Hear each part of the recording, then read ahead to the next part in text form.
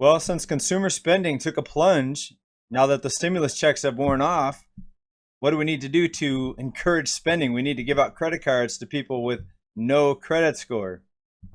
This is not going to end badly, is it?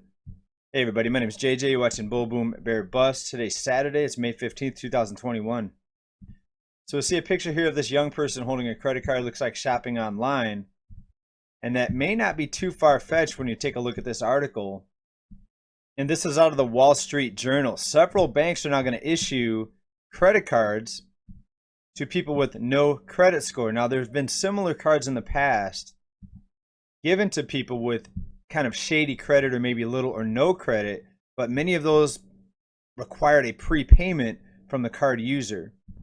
So these are unsecured cards with no preloading of the card required. JP Morgan and some other banks are going to be doing this.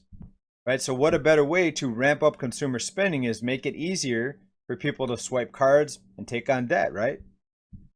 Excerpt out of this article: JP Morgan Chase, Wells Fargo, and US Bank will factor in information from applicants' checking or savings accounts at other financial institutions to increase their chances of being approved for credit cards. And it continues, listen to this. If the effort is successful, this would mark a significant change in underwriting tactics of big banks, for which decades have enshrined credit scores and credit reports as main tools to determine who gets the loan. Generally, this reflects a person's borrowing and payment history. All right, so if you guys want to read the rest of that, here's the name of the article again in Wall Street Journal. Just do a search. But what we want to talk about is looser and looser requirements for borrowing money. Now, people think it's not as bad as the financial crisis. Well, if the lending is not as bad and reckless, then why is debt higher? And not just total debt, why is average household debt higher? Right, but I guess no matter how many people default on their credit card payments, the banks can just get endless liquidity from the money printer, or they could just bundle up all of these bad accounts and sell it off to the buyer of last resort, who, guess who? The central bank, the money printers. Now, let's take a look at this chart right here. The lower the line on this graph here is easier credit standards. And what happened before the housing bubble went bust, we see 2007, 2008 right here. Well, when panic set in on the banks, we saw credit standards tighten, meaning banks were being very, very careful about who was able to borrow money. And that was kind of a bittersweet time in the economy for a lot of people because one, prices came down, home prices got a lot lower very quickly, but then it was much more difficult to get a loan. And we see the line here after the crisis started, credit standards tightened, lending standards tightened, and we saw it stay there for a few months. This time, standards tightened very briefly when the panic first hit with the Great Sickness rolling out. But then look, the huge drop now, far below anything that we've ever seen here going back about 30 years, right? So look at the lines here compared to 2008 and coming out of the financial crisis, 2010, 11, 12, back when the so-called economic recovery was being fueled after the banks were rescued and bailed out and were able to lend out more money that they didn't have, right? So again, credit standards much easier now than even coming out of the financial crisis. Why? Because they can print endless amounts of money out of thin air. It doesn't matter how many people default because there's always the rescue money printing going on in the background. Endless liquidity for the banks. It's not me saying that. That's the Fed's own words. They said they'll do whatever it takes to, quote unquote, support the markets and to keep the banks liquefied. Okay, and think about this. Even though the banks will be saved, no matter how reckless they act, no matter how many loans they give out that are not going to be paid back, no matter how many credit cards they give out that might not be paid back, the banks are always going to be saved. But you can bet the people that are paying their credit cards are going to see higher fees, and they're not going to lower the APRs. And remember, we reported on just recently, banks took in record profits from overdraft and other fees and over the limit fees and so forth. In 2020, it was a record year for bank fees.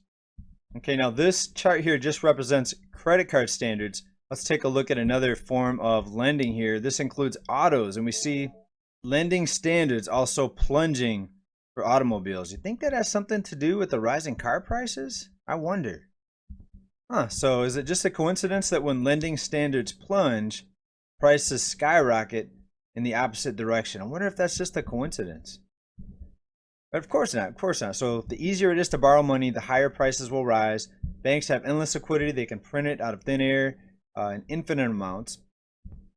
So sadly, depending on the manipulators, they can make whatever they want to happen. Home prices could double. Car prices could even double from here. Why? Because it doesn't matter. They can lend out endless amounts of money. Now, of course, they're not going to admit that. That way they can justify charging you late fees and overdraft fees and over the limit fees. All right, so it's basically the debt game, and it's a scheme. Now, what would happen if most people knew how easy money is created out of thin air? Well, I think a lot of people would just stop paying their loans, right? So they don't want most people to know that. You and I know that, and most people on this channel. And a lot more people are becoming aware of the monetary system and how much of a scam it is. We can stomp our feet and get mad and get blue in the face about the way the system is, or we can try to benefit from it. How are we going to benefit? Well, if they keep on pushing inflation, have some investments that are going to rise with the rising cost of living. And we see a lot of people jumping into digital assets, even the stock market. There are people still piling into real estate, believing the money printers are going to forever have the markets propped up.